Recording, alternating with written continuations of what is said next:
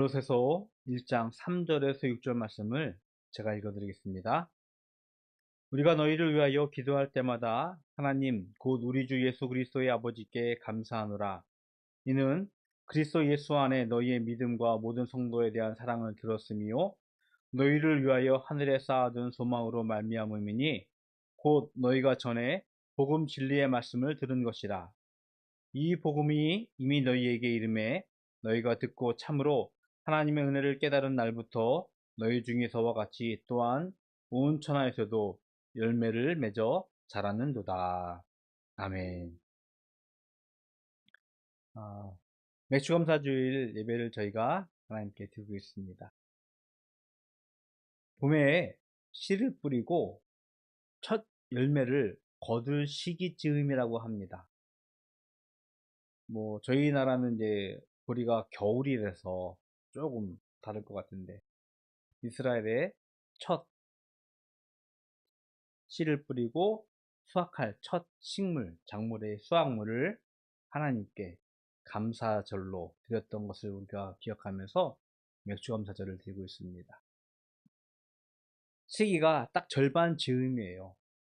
그래서 맥주감사주일은 그냥 무조건 7월 첫째 주 이렇게 우리 교단에서는 정하고 드리고 있는데요. 그래서 한 해를 반년 지나고 반년을 시작할 즈음에 다시 한번 우리에게 주신 하나님의 은혜를 기억하면서 드리는 예배가 되어지고 있습니다.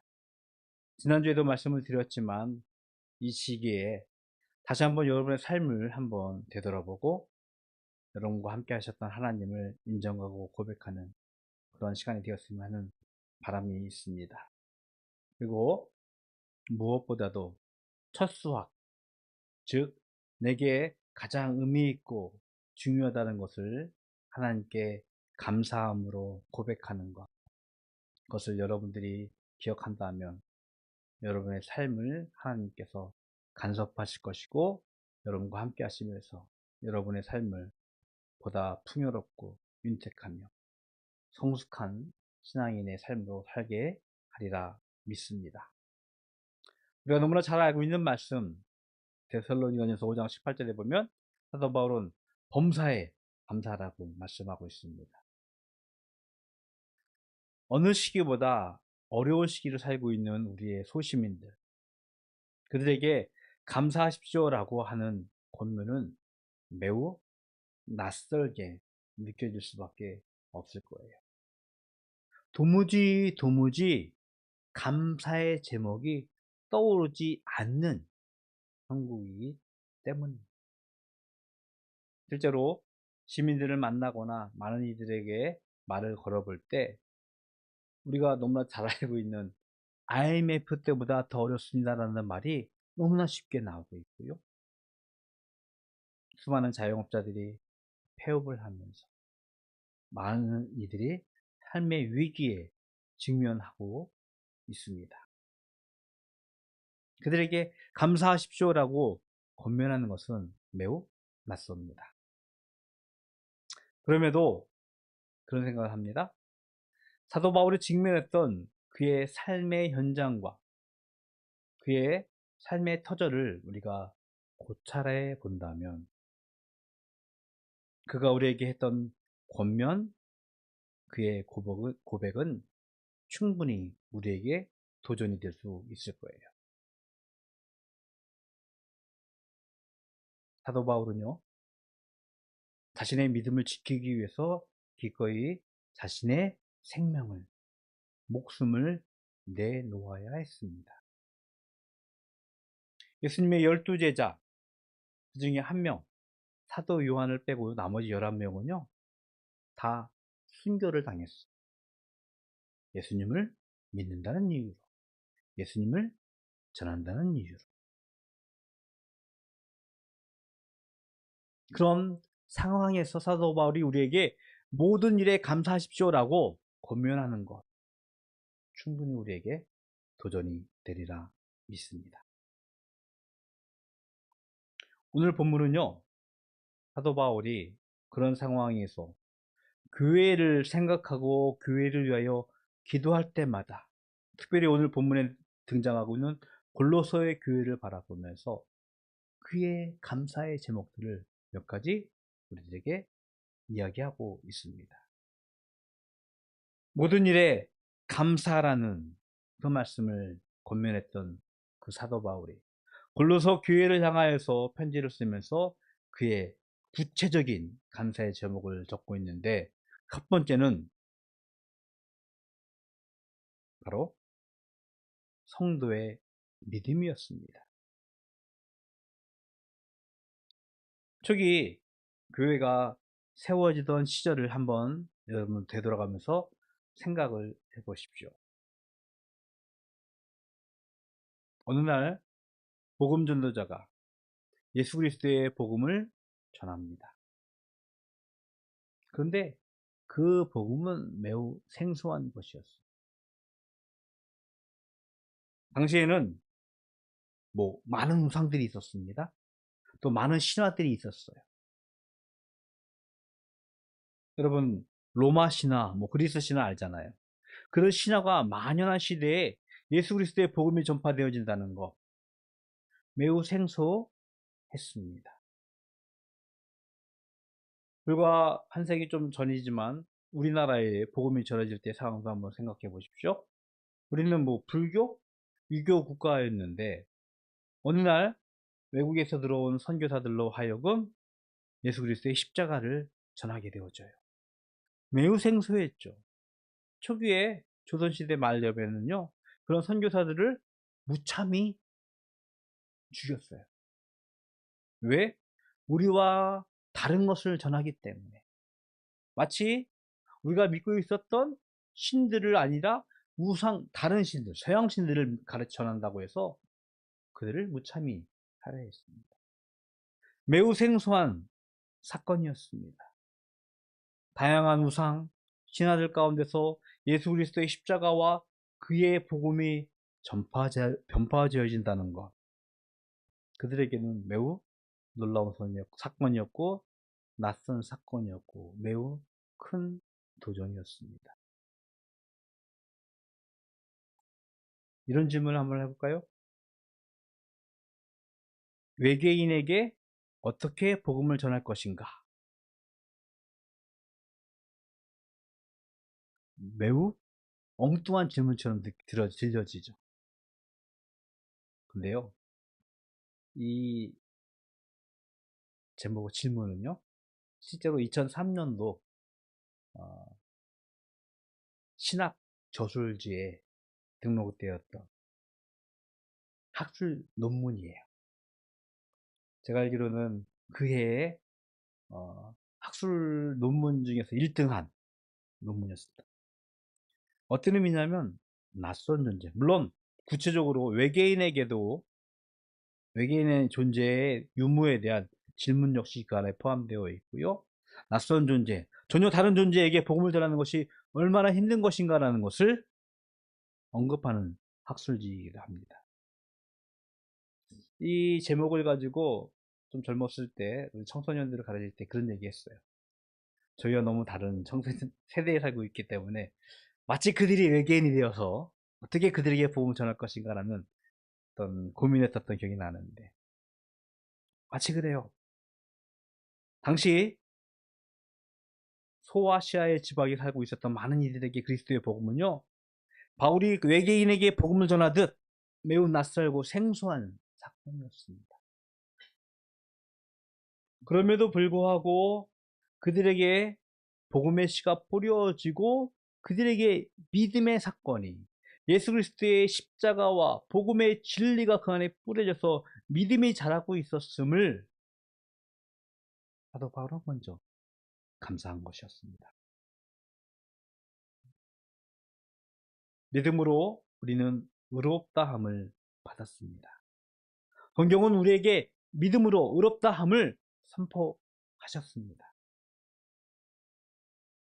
패역한 역사 가운데서 우리는 더 이상 방치되어지지 않고요, 예수 그리스도를 믿는 믿음으로 말미암아 이제는 하나님께서 우리를 친히 의인이라고 부르시고 의인의 삶을 살게 하셨습니다. 그것이 믿음입니다. 그 믿음이 골로새 교회에 있음을, 믿음이 자라고 있음을 사도 바울은 먼저 감사한 것이었습니다. 두 번째, 모든 성도들을 향해서 품은 사랑을 듣고 사도 바울은 계속해서 감사를 하고 있습니다. 예수 그리스도의 복음으로 부활의 생명으로 살아가는 골로새 교회 성도들, 그들은요 자신들이 받은 예수 그리스도의 십자가의 사랑, 그것을 자신 안에 머물고 있는 것이 아니라 자신들의 이웃들에게, 또 많은 이들에게 그것을 실천하면서 삶으로 드러내고 있었습니다. 놀랍게도요, 사랑하는 삶, 헌신하는 삶은요 풍요롭고 넉넉하고 여유로울 때보다는 힘들고 고된 시기에 그 어려운 사람들 가운데에서 더 많이, 더 쉽게 발견되고 있어요. 좀 분명히 맞을진 잘 모르겠지만 우리 옛 속담에 그런 속담이 있습니다. 거부사정은 호라비가 안다는 것처럼, 서로 어려운 사람들끼리 서로의 사정을 앓고 서로 돕고 협력하면서 그들의 힘든 과정들을 헤쳐나간다는 어떤 동기를 부여할 수 있는데, 골로새 교회 역시 자신들이 받은 십자가의 사랑을 교회 안뿐만 아니라 모든 이들에게 삶으로 드러내는 모습을 우리에게 말씀해 주고 있었습니다. 복음의 도전들로 실제적인 삶의 위기에 처한 그 골로새 교인들은요, 예수 그리스도의 사랑을 몸소 실천하면서 기꺼이 교회를 세워가고 있었음을 사도 바울은 듣게 되었습니다. 이것을 감사하고 있는 거예요. 사랑은 말과 혀로만 하는 것이 아닙니다. 사랑의 빚진 자 된 우리는요, 사랑의 수고로 교회를 세워가는 믿음의 공동체가 되었습니다. 골로새 교회 성도들이 보여주었던 그 사랑의 수고들을, 사랑을 삶으로 살아내고 있는 그 소식들을 우리는 듣고 접할 수 있기를 기대합니다. 마지막으로 사도 바울은요, 진리의 복음을 듣고 하나님의 의를 깨달아 온 세상에서 열매를 맺는 골로새 교인들을 바라보면서 감사했습니다. 말씀드린 대로 그들의 사랑은요, 믿음의 성도, 믿음의 공동체 안에서만 머물고 있지 않았어요. 온 세상을 향하여, 즉 교회를 다니건 다니지 않건, 예수 그리스도를 믿건 믿지 않던 모든 이들에게 그들의 사랑의 수고를 보여줌으로 인하여서 믿음의 열매를 맺어가고 있었습니다. 베드로가요, 복음을 전할 때요, 그 복음의 소식을 듣고 많은 이들이 교회로 오게 되어집니다. 성경에서는 일례로 한 번에 3,000명이 와서 세례를 받았다라고 기록을 하고도 있어요. 어떤 의미예요?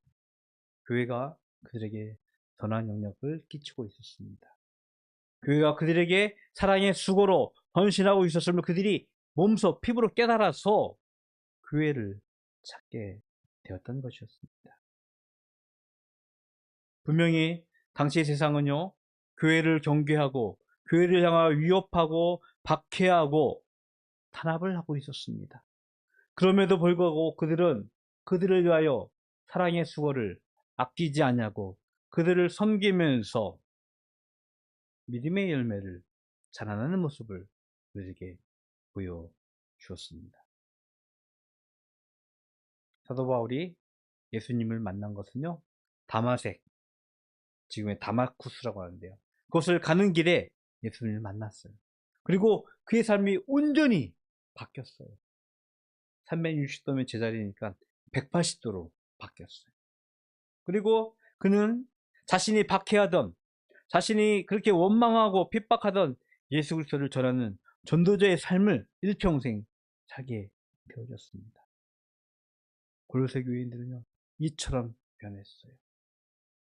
자신들을 위협하고 자신들을 괴롭히던 세상을 향하여 사랑의 수고를 보여줬던 것이었습니다. 오늘 초원이가 안 와서 좀 아쉽지만, 우리가 초원이를 볼 때마다, 그리고 우리 또 재석이를 볼 때마다 느끼는 것은 시간이 지나고 시기가 지나면서 커가는 모습들, 성장해가는 모습을 보고 놀랐습니다. 그런데 그것은 매우 당연한 일이에요. 한참 성장할 성장 시기, 우리 재석이가 저녁에 라면을 먹을 때마다 저는 성장기예요, 많이 먹어야 돼요 라고 하면서 먹는데 맞아요.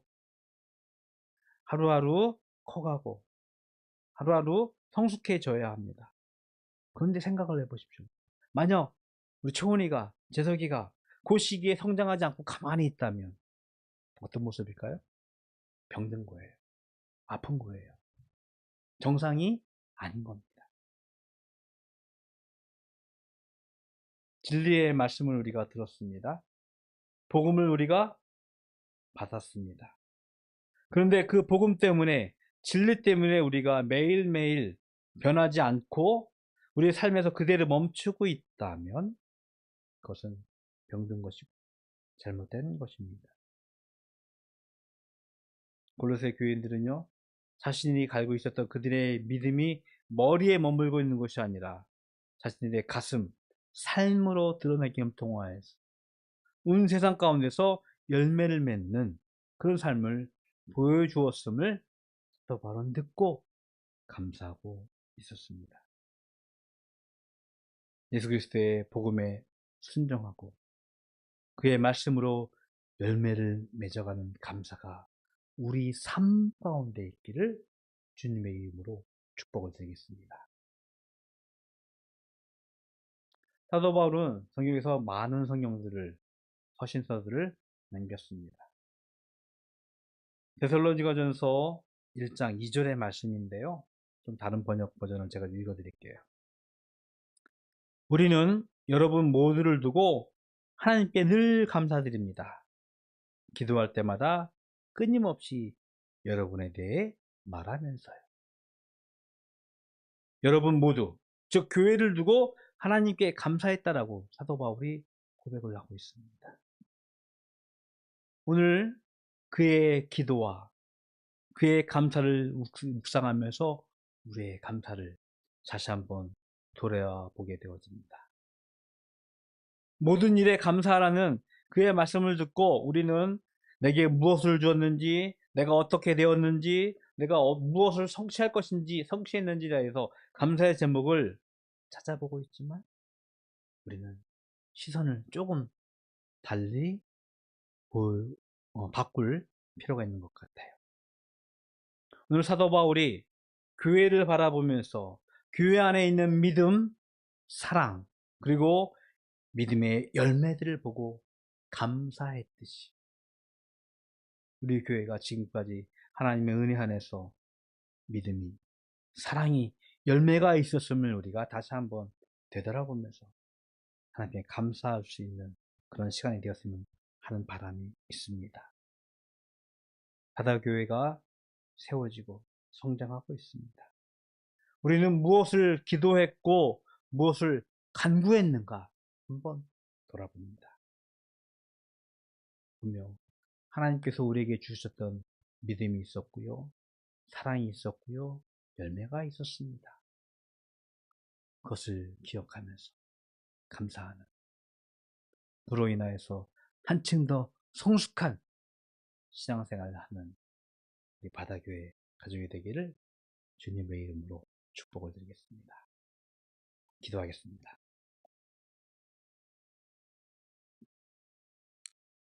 좋으신 하나님, 감사합니다. 사도 바울이 골로새 교회를 바라보면서 감사했던 그 예수 그리스도의 믿음과 사랑과 열매들을 우리가 다시 한번 되돌아보게 되어집니다. 우리 바다교회를 세우셨고 지금까지 믿음으로 인도하신 그 하나님을 우리가 기억하면서 감사하기를 소원합니다. 물론 눈에 잡히는 무엇인가가 있으면 더 좋을지도 모르겠지만 그 무엇보다도 우리 안에 있는 예수 그리스도를 향한 믿음과 그의 사랑이 먼저 우리에게 있음을 감사하게 하셨고 그로 인하여서 우리가 한층 더 하나님께 나아갈 수 있는 성숙한 자들 되기를 원합니다. 하나님, 저희들에게 그 감사의 기도가 날마다 넘치게 하여 주시옵소서. 하나님께 예물 드립니다. 하나님, 그들의 믿음의 고백으로 드려진 예물들 지금부터 기뻐 받으시고 그들이 하나님을 향하여서 믿음의 고백으로 사랑의 수고로 드려진 예물이라 생각하시고 그들의 삶 가운데서 하나님의 신령한 것으로 가득 채우셔서 그들이 물질로 곤고함 당하지 않을 수 있도록 축하여 주시옵소서. 지금은 우리 구주 예수 그리스도의 은혜와 하나님 아버지의 그 크신 사랑하심과 성령님의 교통하심이 교회를 바라보면서 교회를 향하여 감사했던 그 사도 바울의 삶처럼 우리 바다교회를 바라보면서 감사하며 믿음의 수고와 사랑의 수고를 기꺼이 감당하기를 소원하는 모든 성도들 머리 위에 영원토록 함께 있을지어다. 아멘.